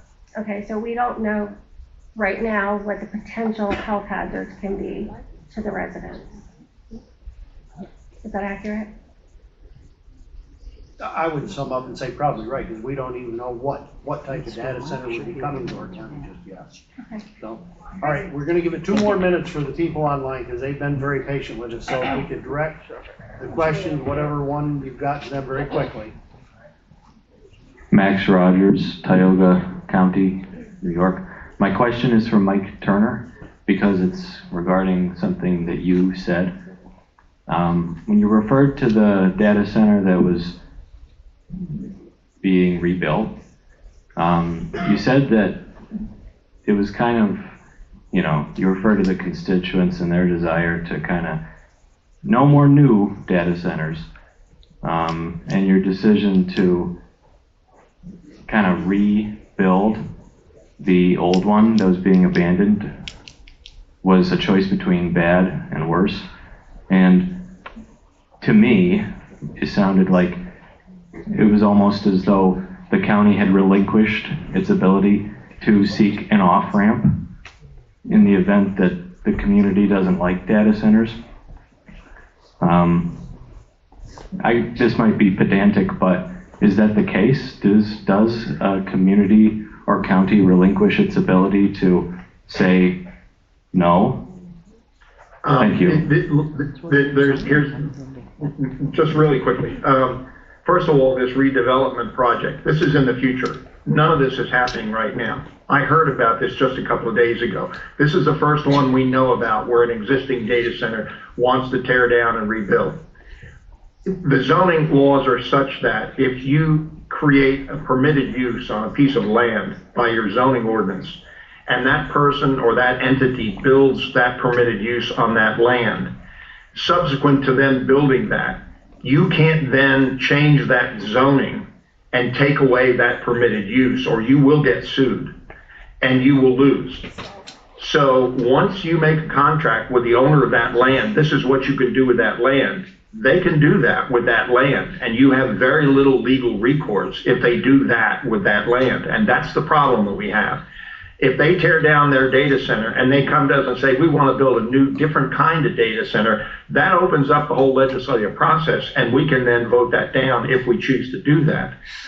We're in the difficult position where if the data center decides to simply replace what it's tearing down with something comparable, then if we change the zoning to prevent them from rebuilding, that's an illegal taking, and they will take us to court and they will win. So that's one of the reasons that I try to put out these 15 best practices to tell communities, do this on the front end before you say yes in your zoning ordinance. Understand and build this into your zoning ordinance so that you know what you're getting. And even then, frankly, it's a crapshoot. The industry is changing so fast and so much. These are good practices right now, but a year from now, these may be obsolete. It's just, you have to understand all the issues in play so you can make informed decisions. But it's a three-dimensional chessboard that's moving around on on an ocean liner in a stormy sea. I mean, it's really messy, and so you have to do the best you can. All right, thank you. Could we get real quick, just these three and that's it? Yeah. This is primarily for Mr. Turner. Very impressive breakdown of the energy sources to operate these centers. I have a quick question. Senator Hawley has a legislation before the Senate. It's called the GRID Act. It would mandate that data centers provide power on site for their construction. Question to you, or perhaps Mr. Beresnyak as well. What's your opinion of such legislation? On the GRID Act? Yes. I think it's an attempt to, I know that part of that GRID Act is protecting energy and water resources. There was a lot of a mandate towards transparency, which some of the speakers talked about looking at also.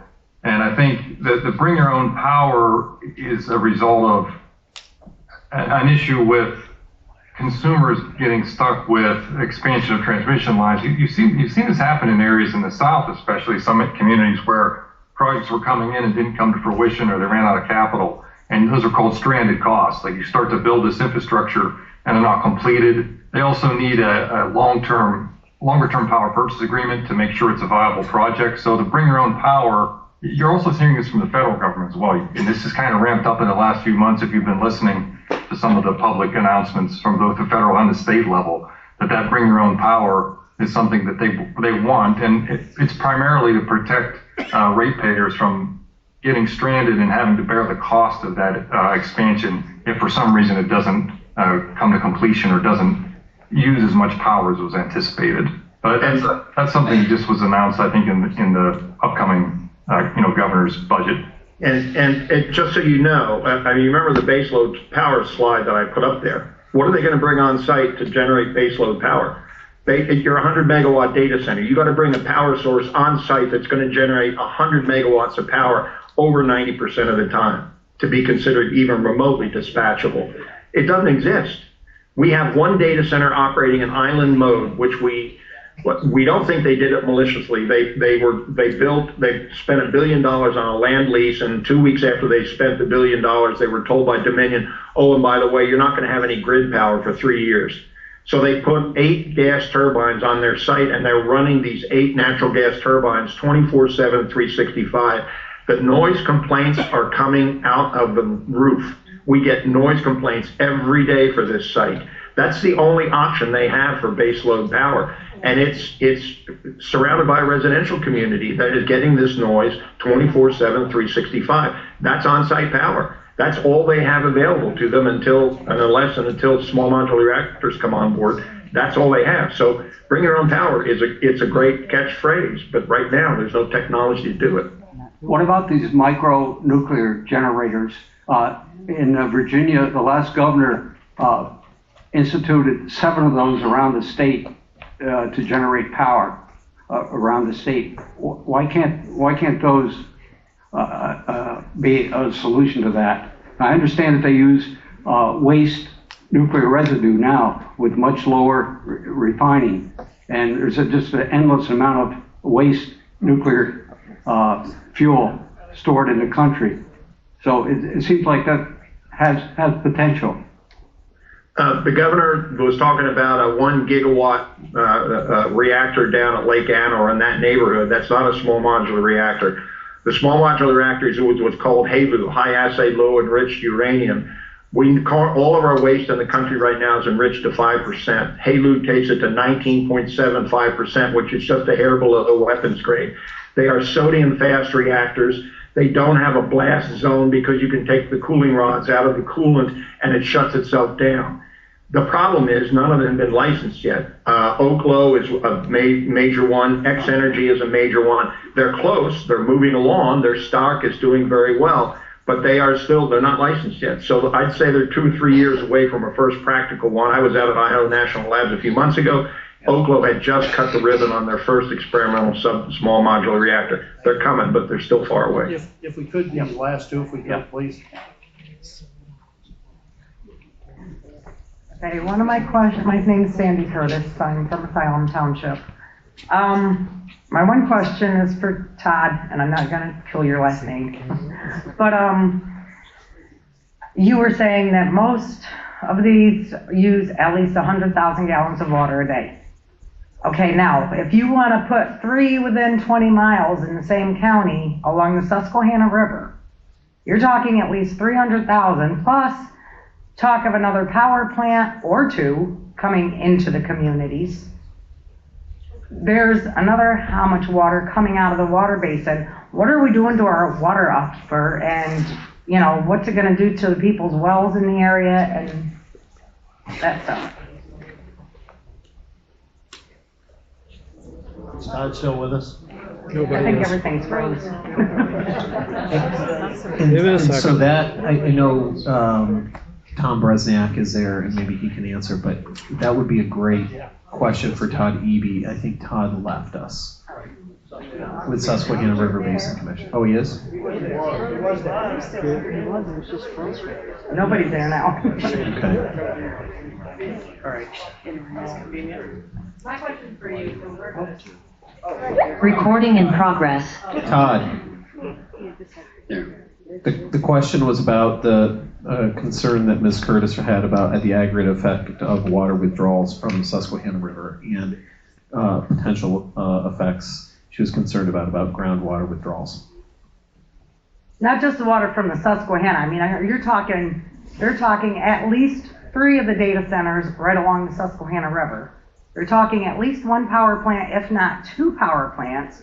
All this water being drawn from the Susquehanna, what's it going to do to the water aquifer? What's it going to do to the people's wells around there? And you don't know what it's going to be like when we have a drought. Because we haven't had one in a few years. If we do an evaluation to see if the water withdrawal that they're proposing would be sustainable and in a way that would not have adverse impacts to other users, the environment. So all of that is done before any approval would be granted. You know, when 100,000 gallons sounds like a lot. The nuclear power plant that's right next to the Amazon data center, they withdraw tens of millions every day and consume tens of millions every day. So these 100,000 gallons is really pretty small, and that comes that facility comes from public water supply. They're already approved for several million gallons of withdrawal from groundwater wells, and those wells have been approved by DEP. Those are evaluated for sustainability. So the commission, when we look at water withdrawals, we're looking at individual and cumulative impacts. So we're looking at all the impacts all along the way. All right, thank you. And Mr. Murray, I just want to say, I really hope our commissioners listen to you and really do their homework. All right, last question. My questions are for you three, so if they're ready to log off, I don't need them. No offense.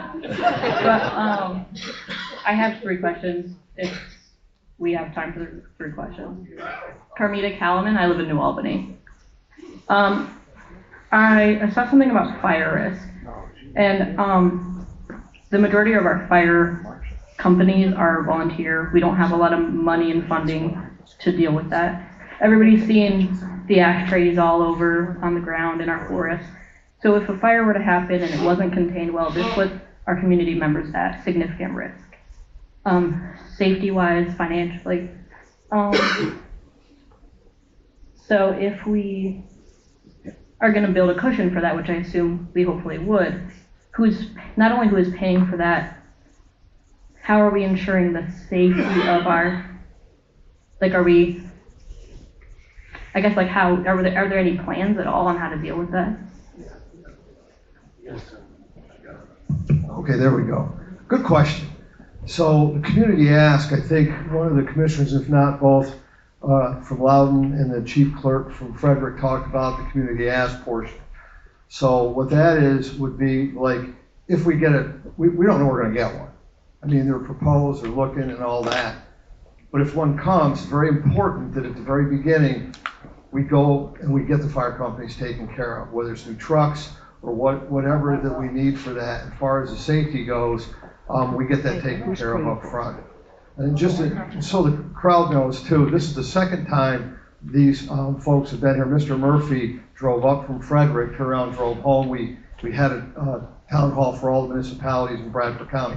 So we are doing our homework and trying to learn as best we can. Does that answer? And the taxes are the other one. We have to make darn sure that we don't get waylaid on the taxes. In other words, we tax differently than Maryland or Virginia. So we're going to have to make sure that benefit of taxes would benefit all of Bradford County. Right. And not, so it's really, that is really important. Yeah, I think that it is important that the taxes benefit the same people who are taking on the risk. Right, yeah. Sorry. Another question is, I heard that there were inquiries about pieces of land, not applications. Do you know who is inquiring about these specific pieces of land? As far as there are developers looking to bundle land, we don't know who the end purchaser would end up being, no. Okay, so they don't have names or entities that they're affiliated with? We've had a couple. Yeah, I think it's 4 3 is one. We told us at the last, we had people come out of New York City, we had a local lawyer bring them in, and Commissioner Gates pressed them for the last name and they wouldn't even give it. So it's very important that we know who these people are and make sure that they have the landowners. Listen, we all got taught a big lesson during natural gas, didn't we? And we don't need to relive that. So whoever comes here, we have to demand that they keep those this is private property rights. Nobody talked about that tonight. This is a private property rights issue as well, but we want to make sure that those landowners are in the community and is not misled, to say the least. Okay. Can I'll just piggyback off of that. So just to help understand where things are. Sure. Right now, our understanding is that there are companies in the Wysox, or there's companies making inquiries in the Wysox and the Xylem Townships areas to try to essentially acquire the right to either market or aggregate the land. That is the stage that it is at. My understanding is that then the next step would be is assuming adequate acreage gets acquired or under contract, that would then form the body of whatever the land is that then would get marketed to then be purchased. And then there would have to be a developer who would have to then come up with some type of a development plan for what that would look like. And that developer presumably would be working hand in hand with a company. So just to use an example, down in like the Salem Township area or in the Berwick area. So a company like AWS, or if you want to use 3 Mile Island, like Microsoft. So the end user who's going to use it. What is being discussed now is at that very first, which is before there's been any aggregation of land to then be put out to the market to review. So we don't know who the end users even potentially be. That's multiple steps down the line. Right. Okay. And my final question is, it's in some ways it's pretty clear that some hands are tied because like there are higher level, state level, and federal level powers that be who have already made decisions and put in restrictions to what restrictions you can like make, sign off on, or whatever else. To what degree do you feel that it is your responsibility to help us figure out how to change that and how to reach those people who are in charge of that and how to figure out who represents us so that we can make those changes from a higher level? I think I can speak for all three of us setting up. I think through our planning commission and us as a board of commissioners, we are going to do our level best to see that whatever development takes place in this county is done in a responsible and respectful manner. We can't flat out stop development, economic development. We can't do it. We legally can't do it. But we are going to do our level best, and that's why we're doing these informational things, trying to gather as much information as we possibly can to be sure that whatever does, if something does come to this county, it comes in a very respectful and responsible manner. So that's. No, I'm just going to echo that completely. I mean, we can't bring it and we can't stop it, but what we can do is, like we talked, get our community ask to take care of our first responders, the community, or whatever the needs are right up front. And then the other thing is make sure that taxation on those is fair for everybody in the county. So, but I would just like, before we go, I'd like to thank these gentlemen. This is the second time they've done this. We appreciate it.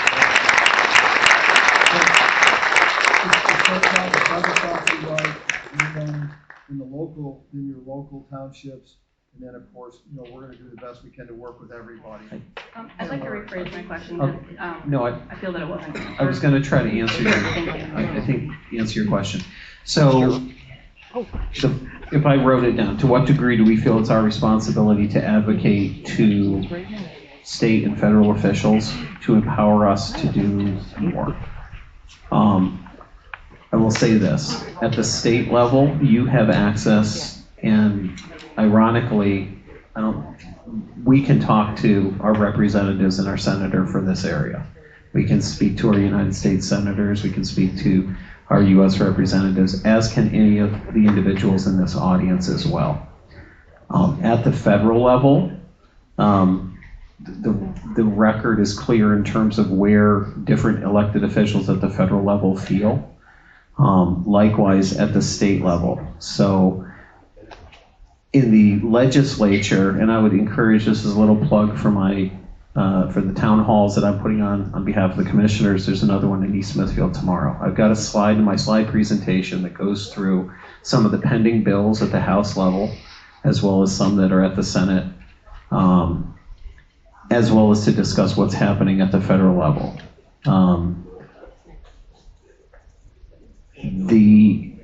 The irony is that we're sort of in, the county commissioners are sort of in a sandwich, which is the federal and state has a lot of authority to grant additional powers to us or not, or to exert their own powers themselves. And not surprisingly, local government at the municipal level has the greatest authority to assist with zoning. We are now at a point, we cannot tell a municipality to zone or not to zone. We can discuss the pros and cons of it. Our planning commission is always available to assist with that, but we're sort of in the middle. And the tool we have presently is the CELDO, and that's what it is. I will tell you this, I heard some things here tonight that I want to take a look at. So we are all learning, and just like you, we're trying to get up to speed. But I appreciate your question. All right, thank you. And if we could just give these gentlemen online a round of applause.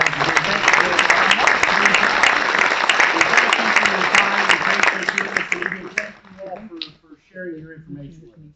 Now I'm going to tell you, this is one of probably more of these that we're going to be doing as time goes. We don't know an exact timeline yet, but we will be doing more of these informational sessions because it is a huge